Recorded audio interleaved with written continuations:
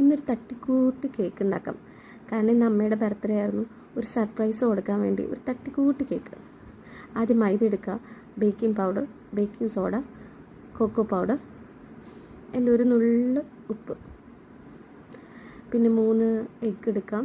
അതിലേക്ക് powder sugar ഇടുക, നന്നായി മിക്സ് ചെയ്യാം. അതിലേക്ക് വനില എസൻസ് ഒഴിക്കുക, ഓയിൽ ഒഴിക്കുക, നന്നായി മിക്സ് ചെയ്യുക. അതിലേക്ക് നമ്മൾ പൗഡേർഡ് ആയിട്ടുള്ള എല്ലാ മിക്സും ചേർക്കുക, ബാച്ചായിട്ട് ചേർക്കുക. കൺസിസ്റ്റൻസി ശരിയായില്ലെങ്കിൽ 2 ടീസ്പൂൺ മിൽക്ക് ഒഴിക്കുക, ഒരു തുണ്ട് വിനീഗർ ഒഴിക്കുക, നന്നായി മിക്സ് ചെയ്യുക. മിക്സ് ചെയ്ത ബാറ്റർ നമ്മൾ കേക്ക് ഉണ്ടാക്കാനുള്ള ഒരു മോൾഡിലേക്ക് ഒഴിക്കുകയാണ്. ഇവിടെ കേക്കിൻ്റെ മോൾഡൊന്നും ഇല്ലാത്ത കാരണം ഞാൻ സ്റ്റീലിൻ്റെ ഒരു പാത്രത്തിൽ ബട്ടർ പേപ്പറൊക്കെ വെച്ച് സെറ്റാക്കി എടുത്തതാണ്. അതിനുശേഷം നന്നായി ടാപ്പ് ചെയ്യുക.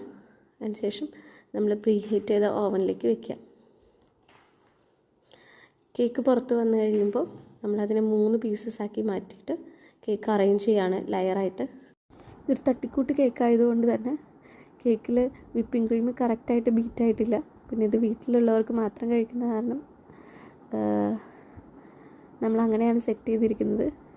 എല്ലാത്തിനും ശേഷം ഇവിടെ ചോക്ലേറ്റ് സിറപ്പ് നമ്മളിതിൻ്റെ മേലെ കൂടെ ഒഴിക്കുന്നുണ്ട്. കുറച്ച് നേരം ഇത് ഫ്രിഡ്ജിൽ റെസ്റ്റ് ചെയ്തതിന് ശേഷം. പക്ഷെ അതിൻ്റെ വീഡിയോ എടുത്തിരുന്നില്ല. ചോക്ലേറ്റ് സിറപ്പും കൂടി ഒഴിച്ചപ്പോൾ കേക്കിൻ്റെ ലുക്കൊന്ന് മാറി.